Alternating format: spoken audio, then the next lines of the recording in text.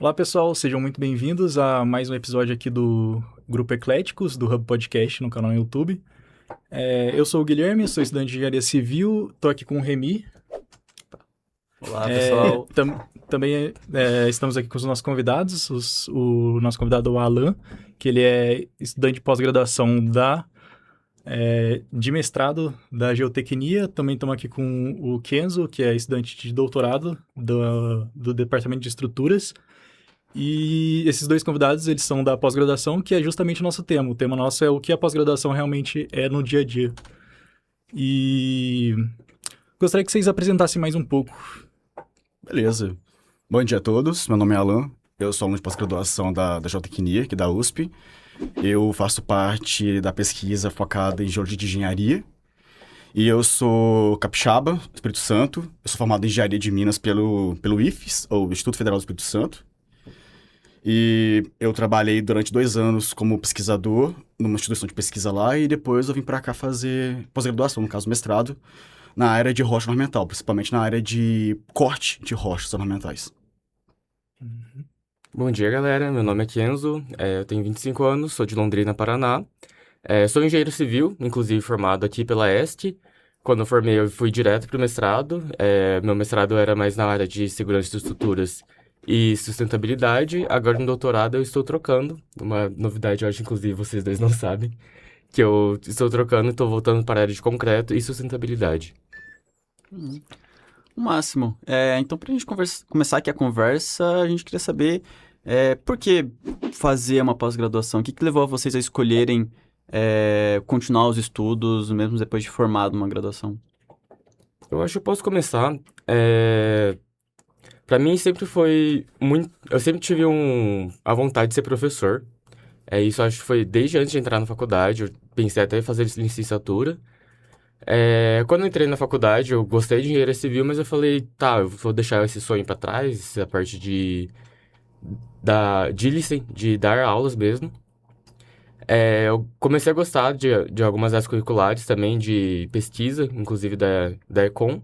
Então eu tentei associar tanto pesquisa quanto a parte de dar aula, e eu falei, tá, se eu fizer isso, eu tenho que virar professor universitário. Então, para isso, eu preciso fazer a pós-graduação, e é por isso que eu tô aqui. Show. Então, antes de entrar aqui na pós, eu já trabalhava com pesquisa, né? Que eu era de uma instituição chamada CETEM, que é Centro de Tecnologia Mineral. E lá eu trabalhei com pesquisa na área de reaproveitamento de resíduo de rochas ornamentais. Então, eu já estava imerso meio que dentro da pesquisa, produção de artigo, laboratório, etc.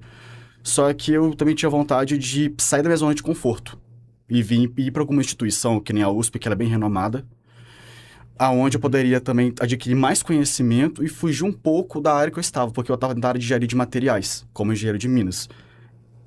Faz parte, mas não é o principal. E como que eu tinha um supervisor lá, que ele também gostava muito da área de, mais assim, tribológica, mecânica, envolvida no processamento de rochas, eu aceitei fazer essa pesquisa.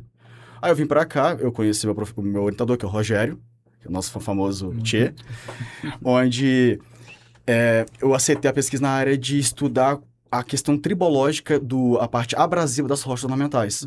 Porque, assim, eu tenho intenção de ser professor universitário no futuro, mas, primeiramente, eu quero adquirir mais conhecimento, porque, hoje em dia, quem tem mestrado também é mais valioso no mercado. Hoje em dia, as empresas olham o pós-graduando com mais interesse. É mais valioso, tem mais conhecimento, é uma pessoa que... Porque a pós-graduação, além de ser algo acadêmico, também é algo social. Então, a gente também faz uma network interessante aqui. Eu acho que isso que é o bacana da pós. E é isso. Então, legal, que vocês já comentaram aí que vocês vão seguir, pretendem seguir mais essa carreira acadêmica, né? Vocês chegaram a considerar em algum momento a carreira de mercado, igual os outros alunos? Cara, eu Sim. já pensei sim em voltar no mercado. Quando eu comecei a parte principalmente o último ano da graduação, eu fui fazer estágio, assim, e falei, tá, agora eu tenho 2 chances. Ou eu continuo no mercado, tento trabalhar aqui e fazer carreira, ou eu vou realmente voltar aos meus planos iniciais e ir para pós-graduação. Eu acho que quando você se imerge no mercado de trabalho logo de primeira, você tem que ter muita vontade, força de vontade para voltar a estudar. Então, Sim. a minha opção de voltar foi porque eu falei, tá, eu quero realmente voltar para estudar, eu quero virar professor algum dia. Se eu não fizer isso agora, para voltar depois vai requer muita força de vontade minha, porque salário é menor, tem muitas coisas, então eu falo, beleza, já vou direto, porque daí eu já tô no embalo do estudo mesmo. É, obviamente responda a pergunta do Gui, mas eu quero que você complemente um pouquinho mais como foi essa situação de você tá trabalhando e aí falar, tá, não, eu realmente vou voltar para a universidade. Eu acho que o principal que me fez voltar para a universidade era a questão de já estar acostumado com uma linha de pesquisa, porque eu já estava há 2 anos fazendo a mesma coisa. Mesmo que estava ali tendo bons resultados, sei lá, indo em congresso, conhecendo pessoas, fazendo network, vem aquela vontade assim, cara, eu quero fazer algo diferente, eu quero ter um conhecimento diferente, né? E com essa oportunidade que veio aqui para a USP, assim, até mesmo que onde eu estava, uma instituição que eu estava trabalhando, muita gente é da USP também. Veio pra cá, ficou aqui os seus 6 anos de mestrado, doutorado e falou assim, Alan, tenta também. Falei assim, cara, eu vou. Mas aquela coisa, tem que sair do seu estado, é muito longe, tem que procurar a república ou morar sozinho. É um mundo diferente, a gente fica meio perdido, né? Mas é isso que é legal, entendeu? A gente realmente se permitir ao novo. Mas com relação ao mercado de trabalho, eu tenho vontade de voltar no futuro, mas é como o Kenzo falou, se você entra no mercado, pra voltar novamente é difícil. Porque depois que você se acostuma, principalmente com um bom salário e com uma rotina específica, voltar para um doutorado ou começar após exige muita energia sua. E realmente, assim, eu prefiro agora continuar no doutorado, terminar tudo, depois eu vejo o que eu faço. Porque é válido você ser doutor e estar no mercado também. Tu fica mais precioso ainda, né? Uhum. É isso que eu acho. Então vai continuar com o doutorado aqui. Pretendo, com certeza. Perfeito. Até pensando, vocês saíram já direto, já faziam alguma coisa de pesquisa já antes, depois partiram para pós-graduação. Vocês sentem quais dificuldades, assim, vocês sentem de vida, assim, de moradia, de como funcionam as questões de bolsa? Vocês têm dedicação exclusiva? Eu tenho dedicação exclusiva. O valor, por exemplo, eu recebo bolsa CNPq, então eu tenho o valor da bolsa e eu tenho a taxa de bancada. Que a taxa de bancada é um valor que você recebe para publicar artigo, para ir para congresso tipo viagem, diária, essas coisas. Então tem muitas coisas que envolvem isso. É um valor, entre aspas, baixo, considerando que você, por exemplo, eu que já estou no doutorado, então, além da graduação, eu já tenho um mestrado. Mas é um valor que dá para viver, principalmente aqui em São Carlos. Que em São Carlos, como o custo de vida não é tão grande que nem São Paulo, capital, por exemplo, é um valor que dá para você viver, ok. Mas só que, por exemplo, se fosse São Paulo, capital, não tem como eu viver só da bolsa, por exemplo. Porque é um valor, tipo, 3.100. É um valor, tipo, nacional. Então, todo mundo que recebe CNPq recebe o mesmo valor. Então, é meio complicado você viver só disso em uma cidade que é muito cara, como São Paulo. Aqui em São Carlos, eu acho que ainda dá pra viver tranquilo. Dá pra você guardar um dinheirinho aqui e ali, mas só que não é um negócio exuberante. Realmente. Questão de... Eu também sou dedicação exclusiva. E também, sua bolsa de mestrado ela é um pouco menor do que a bolsa de doutorado. Então, realmente, você tem que fazer uma economia muito maior. Mas, dá pra guardar dinheiro? Dá, é possível. Só que a gente tem que fazer alguns esforços, principalmente assim, ficar um pouco mais em casa, dar um pouco mais de foco ao bandejão da USP, que eu acho que salva muita gente pelo preço muito bom. E a comida é muito boa também. E o que acontece? Realmente assim, eu moro em República. É uma experiência interessante, mas se eu vou para o doutorado eu pretendo ir morar sozinho. Porque tudo aqui é questão de fases por aqui. Mas eu acho que atualmente, com a bolsa que eu tenho de R$2.100, que é R$1.000 a menos do que a bolsa de doutorado, compensa você estar numa república, mas tem um pouquinho a mais de dinheiro, mesmo que você tenha um gasto maior e morar sozinho, é mais válido. Mas aqui em São Carlos, aqui, o custo de vida aqui é ok, dá pra se fazer muita coisa por aqui, dá pra comprar muitas coisas, assim, boas, dá pra conseguir sair e se divertir um pouco, mas tem que dar uma segurada, mas em geral é bom. Vocês tocaram em vários pontos sobre a cidade. Eu queria saber o que levou vocês a escolherem, no caso do Kenzo, continuar aqui em São Carlos para fazer a pós e, no caso do Alan, vir de longe para... Por que escolher aqui o campus nosso? Eu acho que, como eu fiz faculdade aqui, pra mim foi muito mais fácil continuar aqui. O departamento de estruturas aqui de São Carlos, ele é muito forte, ele é um dos mais fortes do país, inclusive. Aí, continuar aqui era uma escolha muito fácil, entre aspas, né? Porque eu já conhecia os professores me conheciam também. Eu já estava inserido nesse meio, eu fiz iniciação científica dentro do departamento, fiz TCC lá, sempre estava no departamento, então era um ambiente que eu já conhecia e era um ambiente com altíssima qualidade. Então, para mim, era a escolha óbvia continuar aqui. No meu caso, antes de vir para a USP, eu também fui aprovado na UFOP, em Ouro Preto. Mas como que já tinha muitas indicações para mim aqui para a USP, né? Porque o meu ambiente de trabalho anterior, a grande parte do pessoal também era da USP, fez pós-graduação aqui. E me deram a indicação assim, pô, cara, vai para a USP, é uma experiência muito interessante estar por lá. Fora também que a USP é a USP, né? A gente pode negar isso. Então, vai pesar no nosso currículo. Então, eu não pensei duas vezes e já vim para cá. Ainda mais que aqui em São Carlos, é aqui afastado, nós estamos longe da capital também. Mas é válido. Mesmo que a gente tá longe de casa, eu acho que valeu muito a pena vir pra cá, porque, cara, não tem muito o que dizer. É USP. Uhum. Tá, então, vamos lá. Quem tá fora, geralmente vai fazer uma graduação, tem que passar num vestibular, né?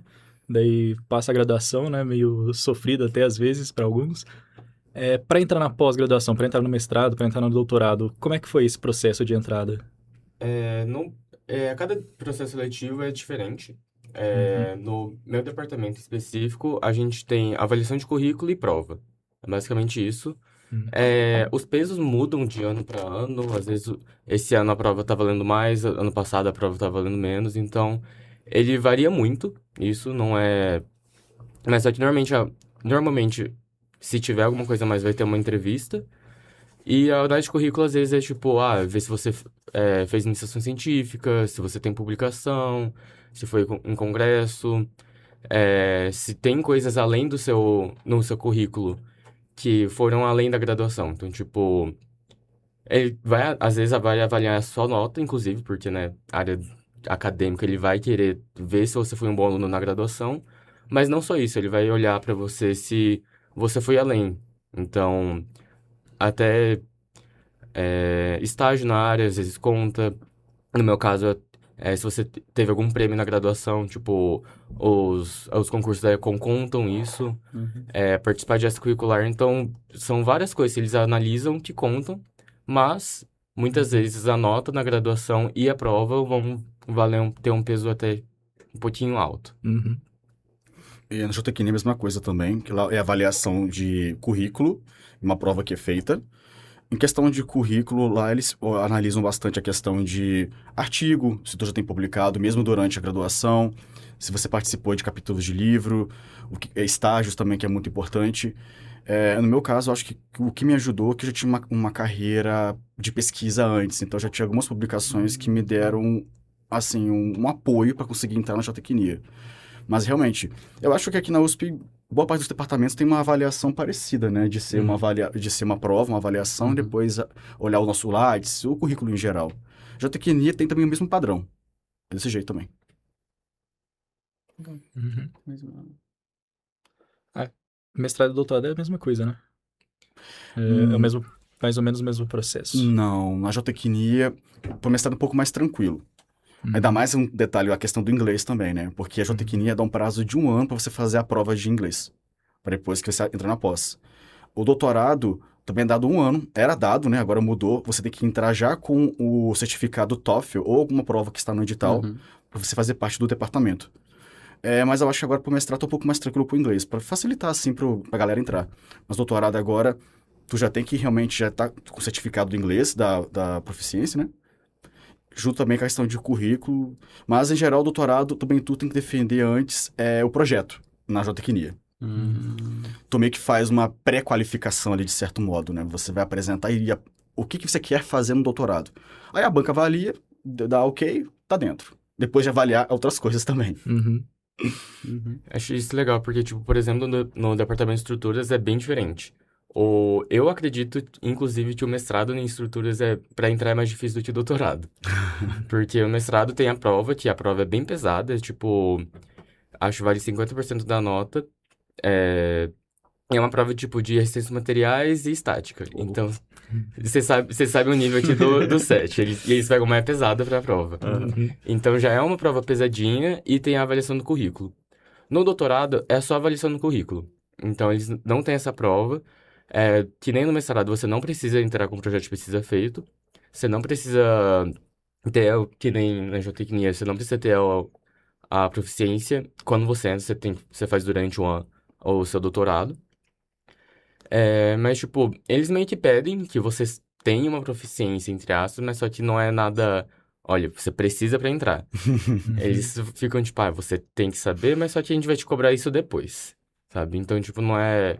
A prova de proficiência do doutorado é mais difícil do que do mestrado, por exemplo, mas não é um TOEFL. A gente faz... a gente tem parceria com uma escola aqui de São Carlos, de inglês, e eles se aplicam a prova pra gente. Mas, tipo, isso varia muito de departamento para departamento. Uhum. Em questão de valores, é caro a prova? Eu não sei porque é o departamento que paga. Ah, então tranquilo. Sim, o departamento paga tanto do mestrado quanto do doutorado. Então, ele paga uma vez. Se você passa de primeira, tranquilo, vida que segue. Se você não passa, aí você tem que pagar pra... E você tem até, acho que um período de um ano e meio, mais ou menos, pra você conseguir esse certificado de... Não, são 2 anos, perdão. São 2 anos pra você conseguir o certificado de proficiência. Uhum. Vocês querem falar um pouquinho mais sobre o que vocês fazem na pesquisa de vocês? É uma coisa mais teórica, prática?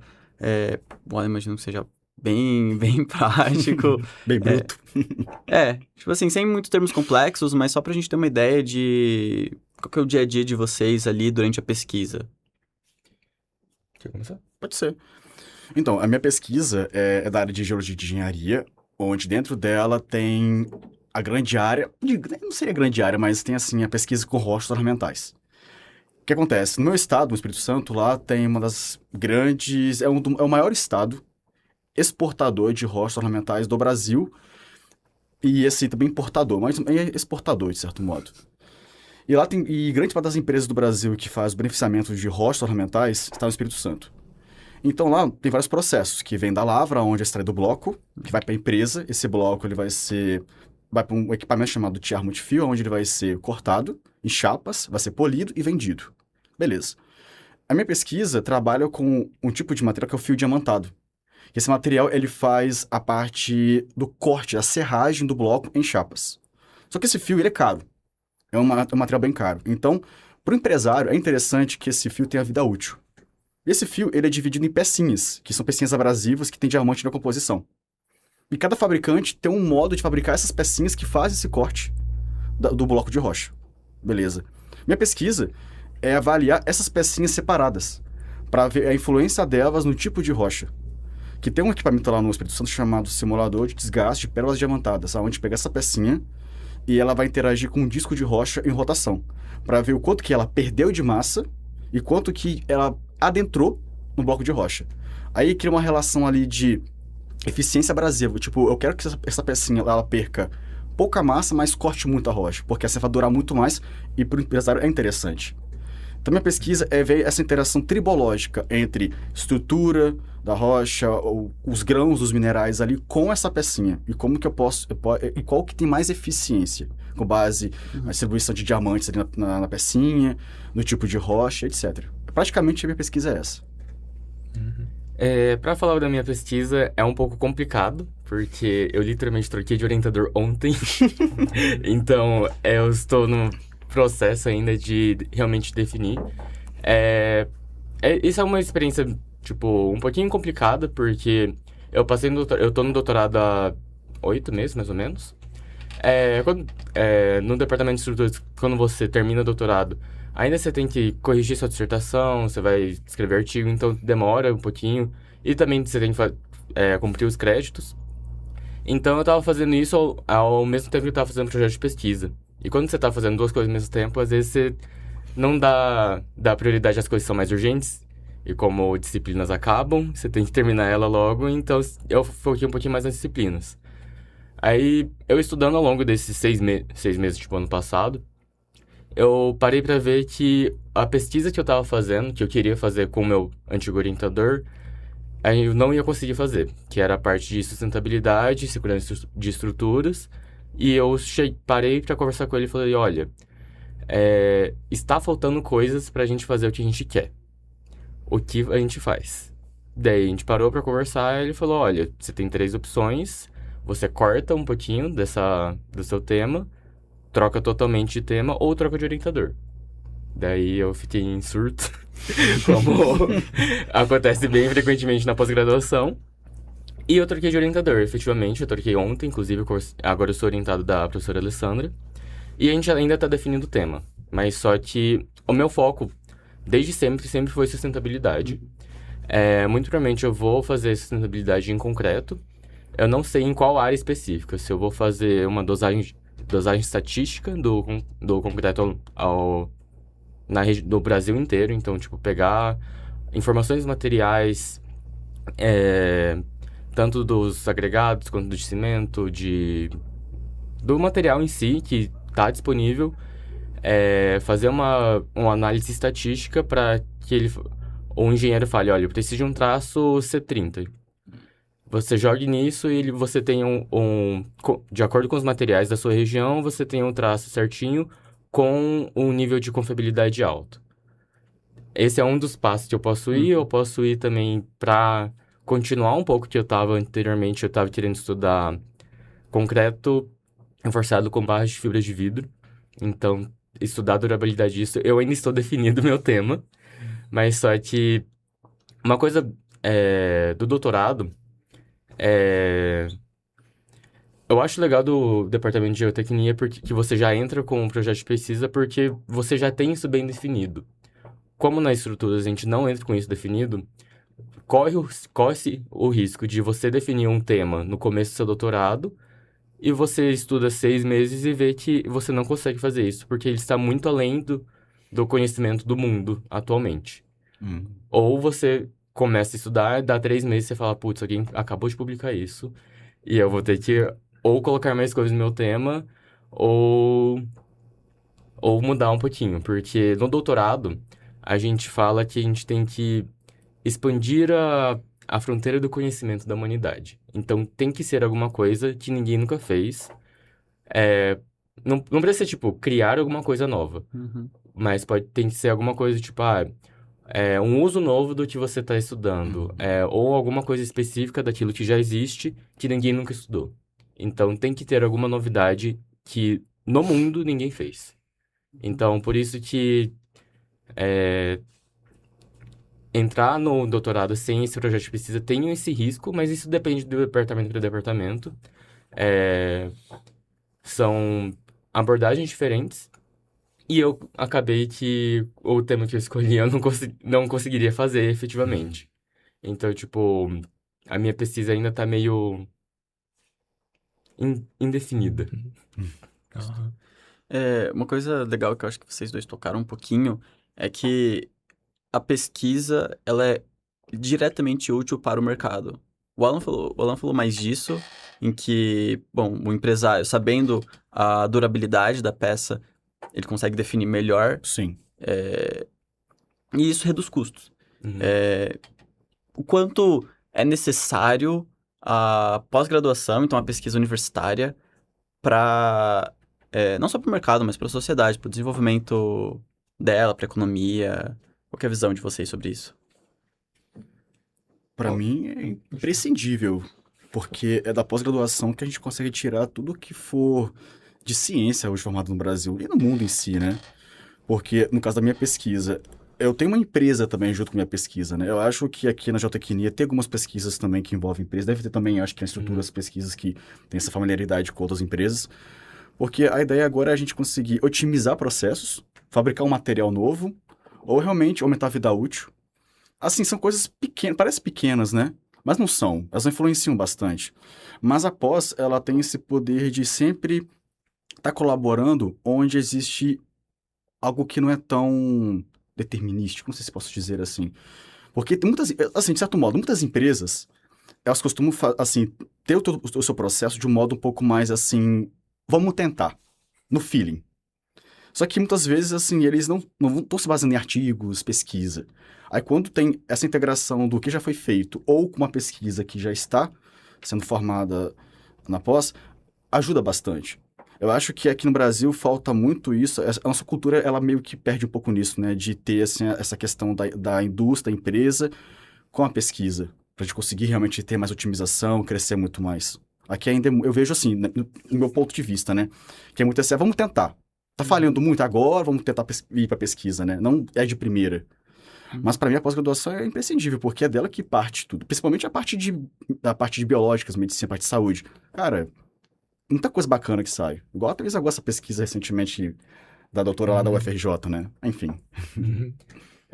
Eu acho que, principalmente aqui no Brasil, a pesquisa que as empresas fazem não é tão... Não há tanta pesquisa em empresas que nem tem pesquisa em universidade, assim. E na universidade, o legal é que eu acho que são duas vertentes bem diferentes. Tem pesquisas que são muito voltadas ao mercado, então são pesquisas que, sei lá, em alguns anos elas podem ser aplicadas, alguns anos ou logo que for publicado, tem como ser aplicado no mercado. E também tem as pesquisas de ciência de base, que são pesquisas que demoram muito mais para o mercado conseguir absorver, mas sem essas pesquisas a gente não consegue desenvolver as pesquisas mais voltadas ao mercado.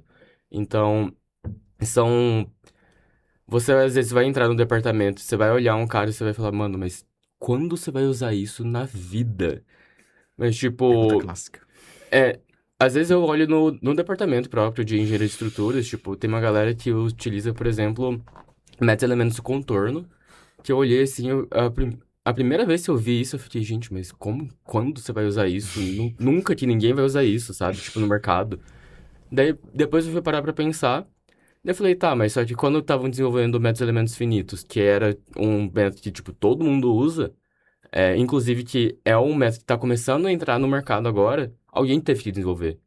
Então, são coisas que a ciência de base é muito importante para que a gente consiga desenvolver futuramente as pesquisas que são mais voltadas ao mercado de trabalho. E essas pesquisas, por exemplo, até às vezes são influentes até para mudar a norma, por exemplo. Uma coisa que o meu mestrado, inclusive, ele era meio que uma pressão para a gente mudar as normas atuais de segurança da calibração dos coeficientes de segurança que a gente utiliza em estrutura de concreto, por exemplo. Porque o meu professor, ele fez toda a calibração e falou, não, se a gente utilizar tais valores, a gente tem um índice de segurança um pouquinho maior, então a probabilidade de falha não é tão não varia tanto assim. Mas só que a galera de norma, que realmente tá lá pra bater o martelo e tem aquela discussão com várias reuniões, e tem uma galera que, tipo, simplesmente não quer saber. Fala assim, funcionou desde sempre, por que eu vou mudar isso? A pesquisa aqui tá pra mudar, entendeu? Mas só que a galera que é um engenheiro que é muito antigo, os caras falam, tipo, não, se funciona desde 1900 alguma coisa, por que a gente vai mudar agora? Aí, a minha pesquisa foi pra trazer, falou assim, aqui que a gente muda porque reduz a emissão de CO2 e reduz custo. Então, a gente tenta adaptar nossas pesquisas para o mercado ou ser uma coisa diretamente útil ou a gente mudar uma norma, alguma coisa assim, que o mercado utiliza, sabe? São coisas meio que assim. A aplicação ou então a pesquisa de base para outros caras pesquisarem Isso. a área, além e ir para norma e para Uhum. para atividade prática, né? Mas questão de disciplina, assim, a liberdade que vocês têm para trabalhar artigos próprios, para trabalhar o próprio tema de pesquisa, ou então se vocês fossem dividir o tempo, assim, vocês dedicavam, por exemplo, 20% para as disciplinas que vocês têm que fazer, para 30% para isso, como é que vocês dividiriam esse tempo, assim? Isso é meio difícil falar, porque são disciplinas e disciplinas. Como na graduação tem disciplinas fáceis e disciplinas difíceis, na pós tem disciplinas difíceis e disciplinas médias. Não existem disciplinas fáceis na pós. Existem disciplinas que você tem que demandar muito tempo de estudo, muita dedicação, que no final você tem que ter um artigo pronto, por exemplo. E tem disciplinas que são medianas, que você tem que dedicar, você tem que estudar, mas só que não precisa demandar tanto tempo, às vezes não precisa de um artigo no final, às vezes é só um seminário, às vezes é um trabalho mais simples. Então, você vai encaixa sua pesquisa conforme as suas disciplinas. O que acontece normalmente no departamento é a galera tenta fazer as disciplinas o mais rápido possível pra manter os créditos, agora eu foco só na pesquisa, entendeu? Então você não vai ficar fazendo disciplina eternamente. Principalmente no doutorado, são 4 anos, a galera faz as disciplinas em 1 ano, normalmente. Acabou esse ano, a galera já foca só os últimos 3 anos só na pesquisa daí. E fica só nisso. Uhum. Mas, em geral, eu vejo que tem algumas que são obrigatórias também no departamento, Sim, né? sim. Que na geotecnia tem uma base que ela é obrigatória, que eu acho que é mecânica dos solos e geologia de engenharia. E depois você fica a escolha, você pode escolher. Mas também lá é 1 ano de disciplinas no mestrado. Algumas pessoas conseguem fazer as disciplinas e se dedicar à pesquisa de forma já inicial. No meu caso, eu não consegui, porque os equipamentos que eu iria trabalhar estavam no meu estado. Então, eu tive que terminar tudo aqui, voltar pra lá e correr, pra conseguir fazer tudo muito rápido. Eu acho que é um privilégio, que você já tá, assim, realmente com as disciplinas e já conseguindo fazer algumas coisas da pesquisa, né? Já ir adiantando, para quando terminar as disciplinas, não ter esse problema de ter que ler artigo, ter uma dedicação muito maior. Fica algo corrido, mas também dá certo. Mas, como ele falou, tem disciplinas que são mais difíceis, que demandam mais tempo da gente. Ainda mais, assim, eu que sou da área de geologia, nunca tive contato com solos, eu tive que aprender do zero. Pra mim é um mundo, assim, muito louco, muito à parte. Curti bastante. Mas eu acho que as disciplinas em si, tem algumas também que a gente tem que procurar fora do departamento também, né? Tem casos que tem que procurar até na UFSCar, porque esse caso não tem por aqui na USP, né? Que é algo que colabora muito. Depende muito do que você quer fazer, né? Mas, de certo modo, no meu caso, eu não precisei. Porque já consegui bater tudo aqui no departamento, mas deu certo. Uhum. Tipo, por exemplo, a maior parte das disciplinas eu fiz dentro do departamento, mas só que durante o mestrado/doutorado, eu fiz 3 disciplinas que foram fora. Uma na mecânica, que era de otimização, outra na produção, que é de avaliação de ciclo de vida, e agora uma no IFISC, que é de escrita acadêmica. Então, tipo, inclusive, é uma disciplina bem famosa aqui na pós-graduação. Mas, tipo, você vai encaixando conforme seu tema, e muitas vezes você precisa realmente fazer essa interdisciplinaridade entre departamentos, porque o seu departamento não consegue te suprir o que você precisa. Exato. Tipo, eu queria estudar sustentabilidade. Não existe uma matéria focada em sustentabilidade dentro da disciplina, dentro do departamento de estruturas. Então, fui lá na produção, com o professor Aldo, que ele é especialista em avaliação de ciclo de vida para isso. Então, você vai dar uma pesquisada, ver onde tem essas coisas e vai caçar disciplinas que fazem sentido na sua pesquisa. A gente falou bastante as palavras mestrado e doutorado aqui até agora, só que não sei se todo mundo sabe a diferença. O que que muda? Por que que a pós-graduação são 2 coisas distintas? Você vai fazer um mestrado primeiro, se torna mestre, depois você vai fazer um doutorado, se tornar doutor. Qual que é a diferença entre essas 2 etapas? Sei que você falou. Eu vejo que, assim, no mestrado, a gente já tem uma linha de pesquisa pronta, de certo modo. Eu vejo assim, não tem que ser algo inédito. Já podemos meio que... Continuando. Desculpa. Tranquilo. É que no mestrado a gente já inicia tendo uma linha de pesquisa meio que pronta. Porque o doutorado tem essa demanda de ter algo mais inédito. Você não tem que produzir, não tem que criar, inovar, criar a roda, no caso, né? Mas você tem que realmente propor alguma coisa que vai ser diferente, inédito para a sociedade. No mestrado, nem tanto. Você pode colaborar com novos resultados em cima de algo que já existe. Eu vejo desse ponto o mestrado. A minha linha de pesquisa, ela, de certo modo, não é que ela é inédita, ela não tem muitas coisas assim publicadas sobre elas, porque o equipamento foi patenteado recentemente, que eu estou utilizando. Mas, assim, o que eu estou fazendo vai dar base para pessoas no futuro que quiserem mexer com a mesma coisa que eu estou fazendo agora, também dar continuação. Não tem um peso de um doutorado que tem que realmente, assim, não, isso aqui tem que ser algo muito mais profundo, tem que ter uma base muito maior. O mestrado é um pouco mais tranquilo nesse ponto. Você já pega algo que já existe e agrega mais resultados, mais conhecimento em cima.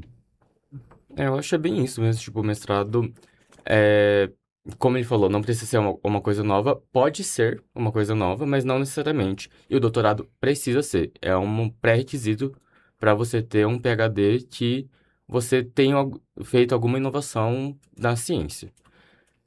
E uma coisa que eu vejo bastante entre mestrado e doutorado, eu vejo que o mestrado, ele é como se está formando um cientista. É, na graduação, você se forma como engenheiro. Isso é o meu ver, meu ponto de vista. Eu acho que o mestrado te forma como um cientista. Para você, no mestrado que você aprende efetivamente como que você pesquisa, como você faz uma revisão da literatura, como você monta um projeto de pesquisa, como você vai montar a sua pesquisa efetivamente e como você faz uma investigação para você chegar no ponto que você quer. Isso demora tempo, você precisa aprender isso. Uhum. Existem programas de doutorado direto, inclusive. Uhum. Eu acho interessante porque você encurta o tempo de pós-graduação, porque realmente ficar de 6 a 7 anos na pós-graduação é muito tempo. Mas só que eu acho importante que tenha essa parte, esse começo, para você aprender a ser um cientista. Porque se você não aprende isso, você só tá no doutorado e é, já tem essa demanda de saber como fazer as coisas. Porque no doutorado é muito mais, é o teu tema, é a tua inovação e você tem que saber tudo. Então, tipo, é muito mais, é uma pressão maior do que no mestrado de que você tá fazendo uma coisa que não necessariamente tem que ser nova. Ou a cobrança é menor no mestrado do que no doutorado. A banca, inclusive, é menor para defesa, por exemplo. Em estruturas da banca são 3 professores, no doutorado são 5. Nossa. Então, são 5 professores lá discutindo se você merece ter um PhD ou não, sabe? Então, a cobrança, eu acredito, no doutorado é maior do que no mestrado. Uhum. Certo. Quando a gente olha, por exemplo, para a estrutura da pós-graduação aqui no Brasil, né?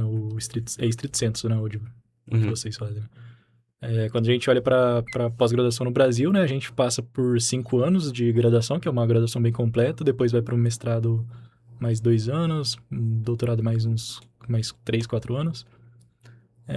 E lá fora, não sei se na maioria dos países segue mais o modelo que a gente segue aqui no Brasil, ou se é comum também aquele modelo da Europa, que você faz uma graduação mais curta e já emenda com um mestrado, com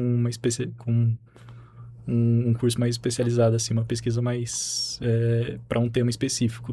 O que vocês acham que é mais focado, melhor ser focado, assim como lá fora, que encurta um pouco mais a graduação e depois especifica para o mestrado? Ou vocês acham que seria melhor continuar assim uma graduação completa, com uma explicação de todas as áreas e depois você se especifica mais? Cara, isso é muito opinião, assim, tipo, não tem uma Uhum. resposta certa. A minha opinião é que eu acho que a gente estuda muita coisa que a gente não precisa na graduação.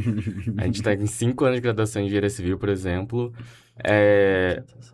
Às vezes você já identifica a área que você gosta no terceiro ano, que você tem as partes básicas, então, tipo, quarto, quinto ano você tá estudando coisas que você não vai. Eu acredito que eu não vou usar nunca na minha vida, Uhum. de hidráulica, de geotecnia, de transporte, porque não é uma área que me agradou muito. Uhum. Eu acho interessante a pós-graduação lá fora, porque, tem muitos, eles valorizam bastante, muito mais o pesquisador. O pesquisador de doutorado, por exemplo, lá fora, ele é um trabalhador, ele é considerado um trabalhador lá fora. Aqui no Uhum. Brasil, é uma coisa um pouquinho política que a gente tá tentando mudar, mas, tipo, se for parar pra pensar, a gente não é considerado trabalhador no Brasil. A gente é considerado estudante. Por que isso é ruim? Porque a gente não tem anos de contribuição. Para Exato. aposentadoria, isso é Sim, péssimo. sim. Exato. Então, tipo, são vários quesitos que a gente tem que analisar. Não só, tipo, de qualidade de pesquisa, mas também de vida, sabe? Que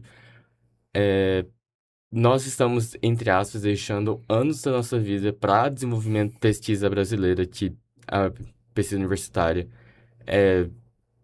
vou chutar um dado, mas deve ser mais de 90% da pesquisa brasileira. Porque a nossa majoritariedade está saindo das universidades mesmo, não é muito da empresa. Mas só que a gente não é tão valorizado quanto lá fora. Uhum. Mas isso é uma opinião minha. tem pessoas com diferentes opiniões que, tipo, não é uma certo ou errado. Isso é extremamente político. Uhum. Eu também concordo com ele. Sobre que a gente também aprende muita coisa que não tem tanta necessidade, assim, na graduação. Na verdade, assim, é um grande depende, né? Eu vejo mais a questão da parte, assim, de cálculo e física, que tem uma profundidade ali que é importante naquele momento ali, mas depois que chega nas específicas, não aplica tanto mais. Na verdade, nem aplica mais, dependendo. Então, você realmente sofreu tanto ali, ou mesmo tá na pós, não utiliza, vai utilizar mais programas. Mas eu também concordo que nesse modelo aí, aqui no Brasil, a gente não é valorizado como pesquisador ou como cientista. Eu acho que essa cultura ela está começando a crescer hoje em dia, tem um pouco mais de valorização, mas assim, ao meu ver, eu vejo mais isso no mercado da pesquisa assim, na área de biológicas, medicina, tem uma valorização muito maior do pesquisador em si, do cientista. Nós que somos engenheiros, ainda é um pouco assim negado, você pesquisa, nem tanto, assim, ao meu ver, né, como engenheiro também. Mas eu gosto desse modelo que tem aqui no Brasil, aqui, de 2 anos, 4 anos de doutorado, do mestrado e doutorado. Poderia a graduação ser um pouco menor e focar no que realmente importa, e talvez até mesmo na pós ter uma nova configuração do que é importante, das disciplinas que serão ter um foco muito maior. Acho que a gente poderia não ter os obrigatórios, por exemplo, de já entrar na pós sabendo, minha pesquisa é X, eu vou fazer isso e isso. Não ter que ficar, vou ter que fazer alguma coisa que eu não gosto só porque é obrigado. É assim, é o meu ponto de vista, né? Mas eu acho que essa cultura está mudando. Acho que também tem a questão agora de começar a ter os direitos trabalhistas em cima de... Tem bastante discussão sobre isso. Tem. A APG, da Associação dos Pós-Graduandos, também, eles trabalham bastante com isso. Já conversei com eles, tipo, eles estão tentando trazer, principalmente, considerar o mestrado e doutorado como anos de contribuição. Sim. Então, tipo, isso são coisas que estão lentamente caminhando para melhoras, mas só que é complicado, porque ainda não somos considerados. Então, eu não sei se vai considerar... Se eu, terminar meu doutorado, eu vou ter considerado 6 anos de contribuição, sabe? Porque não sei se vai ser retroativo, se vai começar a partir de tal ano. Então, mudanças, a gente tem que esperar que sejam mudanças boas. Mas só que eu vejo uma progressão, isso aqui no Brasil. Tá um pouquinho lenta, ao meu ver, mas... Tá indo pra algum lugar, pelo Tá indo pra algum lugar. Somos meros alunos, por enquanto, ainda. Infelizmente. Bom, o Gui fez pergunta e relacionou com o exterior. Vocês pensam em, talvez, o Alan ir fazer um doutorado no exterior? Ou fazer um doutorado sanduíche? Eu tenho vontade. Eu tenho vontade, principalmente... todos meus amigos que fizeram doutorado de sanduíche, por exemplo, eles falam que é uma experiência muito boa. Para currículo, porque ter internacionalização é uma coisa muito boa pro seu currículo. E 2, pela experiência, porque é um lugar diferente com não só intercâmbio cultural, mas só que intercâmbio científico mesmo, que é o seu objetivo de estar lá, que você consegue desenvolver muita coisa com outras expertises que não tem no seu departamento, muitas vezes. Então, você sair dessa zona de conforto que está na sua cidade, fazendo sua pesquisa e fazer uma pesquisa fora, é muito bom para você como um pesquisador em si. Agrega muito, principalmente também a questão cultural. A gente trabalha também o inglês, que é um idioma tão importante no meio científico, né? E a gente acaba sendo forçado.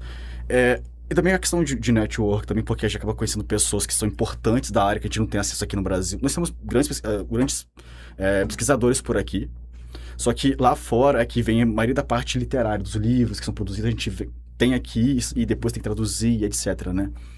Mas eu não sei qual universidade que ela tem um peso importante na área de estruturas fora do Brasil. Para mim, seria para Portugal, por exemplo, se fosse tentar um sanduíche, né? Que lá tem uma instituição lá, a Universidade de Porto, que ela tem uma pesquisa de geologia focada no que é do meu interesse.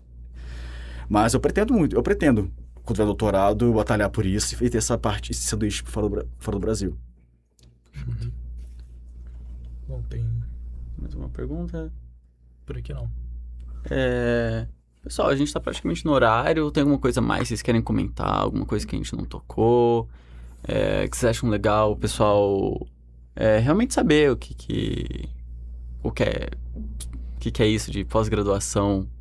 Eu acho que uma coisa que não foi comentada, às vezes, é o dia a dia do pesquisador, que é uma coisa que a galera, às vezes, tipo, vai falar, mas o que você faz efetivamente? Como que é fazer uma pesquisa? Tipo, Porque eu falei, tipo, no mestrado você aprende a fazer pesquisa. Às vezes a galera chega no mestrado, tipo, tá, caí de paraquedas aqui, não sei o que eu tô fazendo. Mas, tipo, fazer uma pesquisa envolve, independente da área que você tem, envolve muito planejamento. Você tem que saber se gerenciar. Eu acho que isso é o mais importante. Porque, tá, tem o seu orientador, então o seu orientador tá lá, entre aspas, é seu chefe, mas ele não tá lá te cobrando toda semana que você entregue alguma coisa pra ele. Às vezes ele vai falar uma vez no mês, fala assim, vamos fazer uma reunião uma vez no mês e ver. Tem orientador que uma vez a cada 3 meses, 4 meses. Tem orientador que só na hora do artigo ele fala, cadê o artigo que você fez até agora? Exato. Então, assim, depende muito do que você... a escolha do orientador é muito importante por causa disso, porque às vezes você precisa ter alguém te cobrando mais frequentemente para você conseguir desenvolver.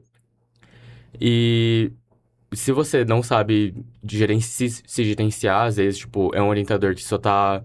que ele te cobra poucas vezes ao longo do seu mestrado ou doutorado. E você não sabe se gerenciar, você vai se perder. Você não consegue desenvolver. Então, você tem que saber se gerenciar. Você lê muito. Acho que eu cansei de ler livros porque eu passo dias e dias lendo artigos. E um negócio que ele falou de, tipo, inglês é primordial. Sim. Todos os artigos têm inglês. É inevitável. Até artigos que você quer ler, que é, tipo, do Brasil, eles são publicados em inglês porque você vai encontrar uma revista internacional. Sim. Então, você lê muito, que é a nossa pesquisa, mas você tem que saber pesquisar de forma inteligente. Então, tipo, às vezes até saber utilizar ferramentas de IA, por exemplo, para encontrar os artigos que você precisa, encontrar os nichos. E também a parte de desenvolver pesquisa, seja a parte experimental, ir para o laboratório, fazer instrumentação, seja a parte mais computacional, de modelagem de modelos. Você tem que se mergulhar mesmo na sua pesquisa. Você ler muitos artigos, saber escrever, e você reescrever, e depois reescrever de novo, e reescrever de novo. Trabalhoso. Eu acho que isso é uma grande parte da pós-graduação, é ler e escrever. Uhum.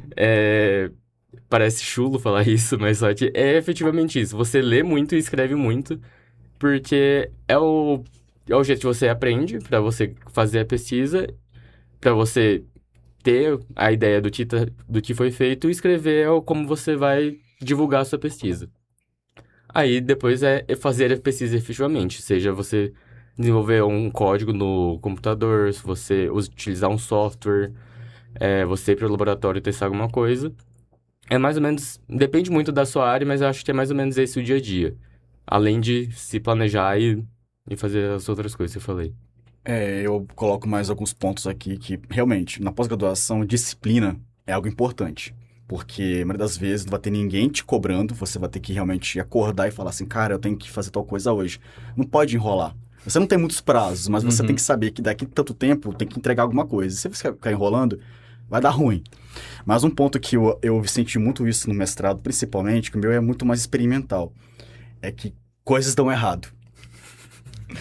Por exemplo, muitas vezes você lê artigos, você lê até algumas teses, dissertações que ajudam também, artigo principalmente, né?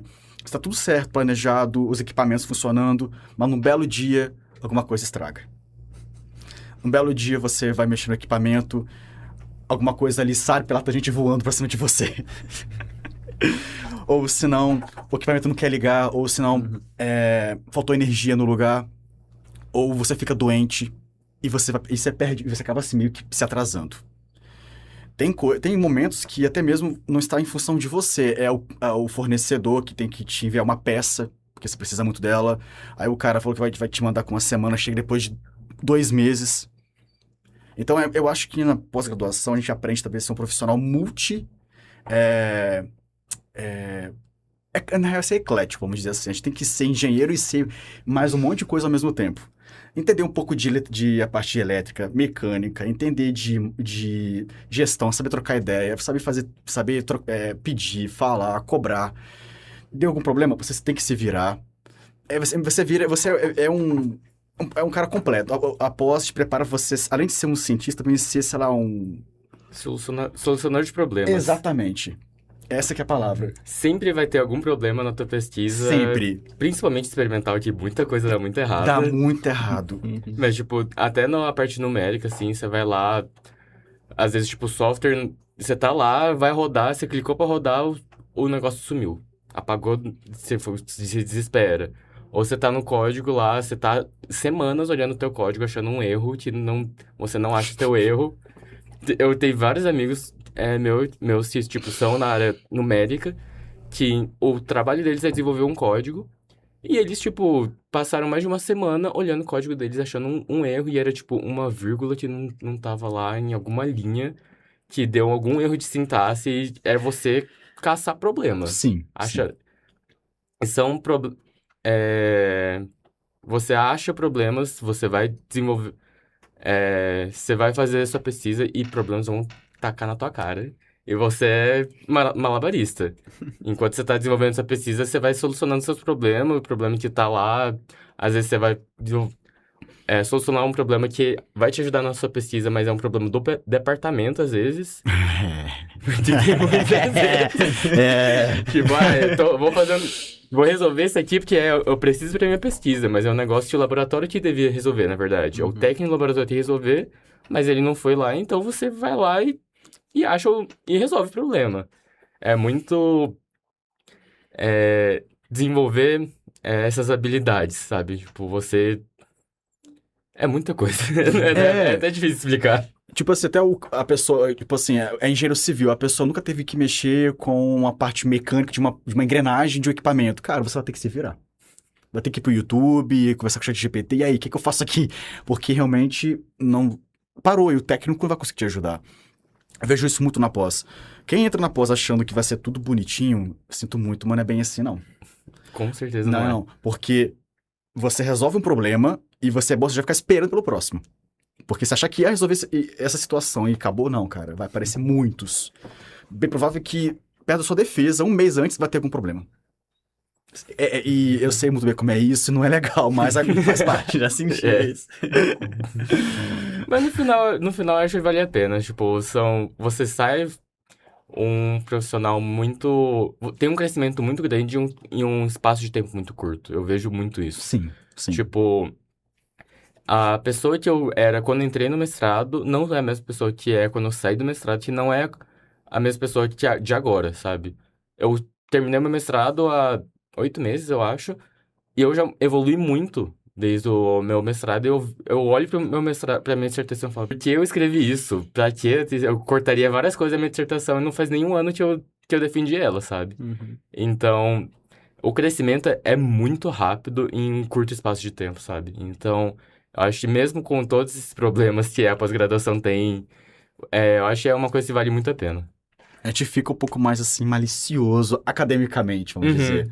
A gente começa a olhar as coisas com outros olhos. Tipo, cara, realmente, isso eu já vi no mestrado. O que eu fiz na qualificação, hoje eu vejo e falo assim, cara, por que eu coloquei isso no meu modelo aqui, na estrutura? Pra quê, cara? Mas enfim, passou. E a tendência no futuro é olhar novamente e querer mudar de novo. É uma evolução, e isso é bacana. Cara, a pós-graduação, ela é uma sala de aula. Pra vida, não só academicamente, é pra vida. Isso é legal, velho. Isso é legal. Cara, que legal, que legal. Bom, então a gente conheceu aí um pouco da pós-graduação e acho que é isso, quer encerrar o vídeo? Podemos. Pessoal, muito obrigado pela participação, principalmente de última hora de vocês dois, tá? Mas eu acho que foi uma conversa legal, eu acho que a gente tá no ambiente acadêmico e justamente o objetivo do Hub Podcast é expor isso mais pra sociedade, pra eles terem uma noção melhor do que se passa aqui dentro. E que, bom, na graduação a gente forma pessoas profissionais e depois na pós pesquisadores que justamente querem aumentar o conhecimento da sociedade, desenvolver novas técnicas, novos materiais, literalmente novos conhecimentos, e isso ajuda todo mundo, tá? Então, agradeço vocês dois mais uma vez, Kenzo, Alan, e boa sorte pra vocês aí. Obrigado. Obrigado, foi um prazer estar aqui. Foi uma honra estar Valeu. aqui.